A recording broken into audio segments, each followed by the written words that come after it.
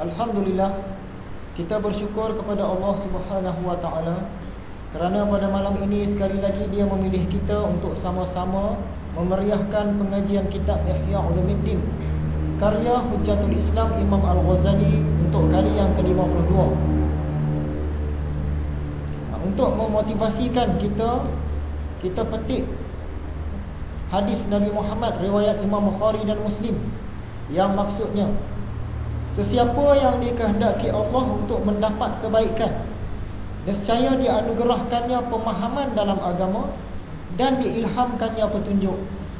Kalau satu-satu orang tu Allah nak bagi dia jadi baik, nak bagi dia dapat kebajikan, Allah bagi kepada dia pemahaman dalam agama, dan Allah bagikan dia, ilhamkan kepada dia petunjuk ataupun hidayah. Kemudian kata Abu Darda, aku lebih suka mempelajari satu masalah daripada mengerjakan solat sepanjang malam. Kata Abu Darda, daripada sembahyang lah, lepas daripada isyak, sembahyang sunat sampailah ke subuh, berbanding dengan belajar satu bab daripada ilmu, menyelesaikan satu masalah, dia lebih suka selesai satu masalah lagi. Menunjukkan lebih hebat lagi majlis ilmu berbanding sembahyang seluruh malam. Dan kata Imam Syafi'i pula, menuntut ilmu itu adalah lebih utama daripada melakukan ibadah sunat. Kita kata malam ni tak mau datang lah, saja-saja tak mau datang, nak duduk di rumah lah, nak zikir. Berzikirlah, la ilaha illallah, la ilaha illallah, la ilaha illallah kan. Bermula daripada maghrib sampai ke isyak. Sebenarnya kalau ikut Imam Syafi'i, lebih baik datang ke majlis ilmu. Kerana apa? Kerana dengan ilmu ini kita kemungkinan ada amal-amal kita yang tersalah. Jadi kita dapat ilmu, kita boleh betulkan. Kalau tidak, selama-lamanya lah kita tersilap buat amal tu. Ini sebagai motivasi kita. Ada orang kata kitab Ihya ini kitab tasawuf saja. Sebenarnya kitab Ihya ini dia menyeimbangkan antara tauhid, fiqh dan tasawuf. Ketiga-tiga tumpu agama tu dia seimbangkan. Baiklah, malam ini kita ringkaskan pengajian kita sebab lepas ini ada majlis tahlil lepas isyak. Tuan rumah dia jemput kita semua. Baik, yang pertama kita imbas kembali pelajaran minggu yang lepas. Apakah tugas-tugas seseorang mursyid ataupun muallim ataupun guru ataupun pengajar, khususnya dalam ilmu agama? Satu-satu orang guru ni, yang pertama dia kena sayang kepada murid-muridnya. Yang kedua, dia kena mengajar kerana Allah, bukannya mengharapkan upah, bukannya mengharapkan balasan ataupun penghargaan. Yang ketiga, dia kena menasihatkan dan mengawal pembelajaran murid. Yang mana murid ni tak sepatutnya masuk, jangan masuk lagi. Tak sepatutnya sampai, jangan pergi lagi. Tak sepatutnya bicara, jangan bicara lagi. Dia kena ikut step.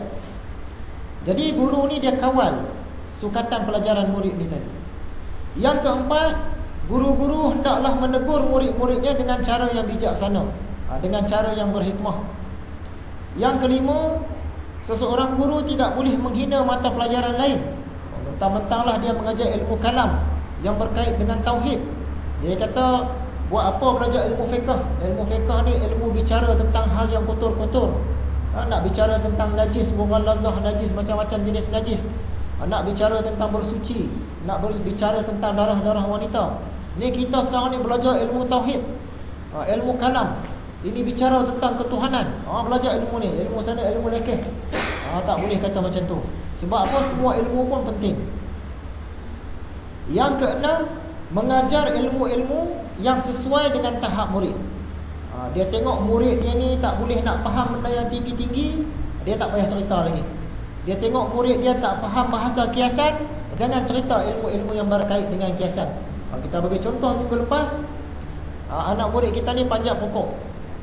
Panjat pokok, kita nak suruh dia turun, kita pun berkias. Panjat lagi. Buat apa turun, panjat lagi, panjat sampai ke pucuk. Kita ingatkan kita berkias macam tu dia faham. Rupa-rupanya dia tak faham. Dia ingat kita suruh dia panjat ke pucuk. Dia, tok guru suruh panjat ke pucuk, dia betul-betul panjat ke pucuk. Dia tak faham bahasa kiasan. Tak faham bahasa kiasan ni tak boleh ajar ilmu-ilmu yang berkait dengan bahasa kiasan. Takut nanti dia salah faham. Yang ketujuh, seseorang guru tidak menghebahkan pelajaran yang tinggi-tinggi, yang rahsia-rahsia kepada murid-murid yang lemah. Budak tu dia tahu dah tak boleh pergi jauh, dia boleh cerita pula, lepas ni ada pelajaran rahsia ni. Jadi budak tu dia lagi seronok nak belajar yang rahsia tu, dia nak tinggal pelajaran yang dia belum kuasai.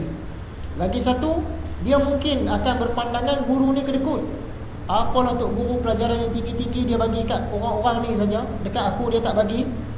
Tok guru ni kedekut, malas belajarlah dengan dia. Langsung pergi. Dan yang terakhir, tugas seseorang guru, guru mestilah beramal dengan apa yang dia ajarkan. Apa yang dia cakap tu dia kena buatlah. Kalau tidak jadinya guru kencing berdiri, anak murid kencing berlari. Anak kepada anak murid kencingnya lari berganti-ganti. Lagi makin lama makin teruk, makin lama makin teruk. Itulah tadi 8 tugas seseorang guru, seseorang mursyid. Benarkah ada rahsia dalam pelajaran agama? Memang ada rahsia. Tapi rahsia-rahsia dalam agama ni bersifat sementara. Bila satu-satu orang murid tu dia dah layak dah nak belajar ilmu tu, baru tok guru cerita. Macamlah kisah Nabi Musa dengan Nabi Khidir. Nabi Khidir pesan dah, sebelum aku bagi tahu jangan tanya lagi. Ya, ada step-step dia. Ada rahsia, tapi rahsia tu sementara. Bila kita dah layak, tok guru akan cerita. Mengapakah ilmu ni dirahsiakan? Walaupun dia bersifat sementara, kenapa dia dirahsiakan? Supaya ilmu-ilmu ni terpelihara. Kita belajar dalam kuliah yang lepas, tak boleh nak mengkalungkan kalungan mutiara ke leher babi, kan? Sebab babi ni dia tak faham apa benda mutiara ni, dia tak hargai benda tu. Jadi nak jaga ilmu ni supaya dia terpelihara, dia ada rahsia.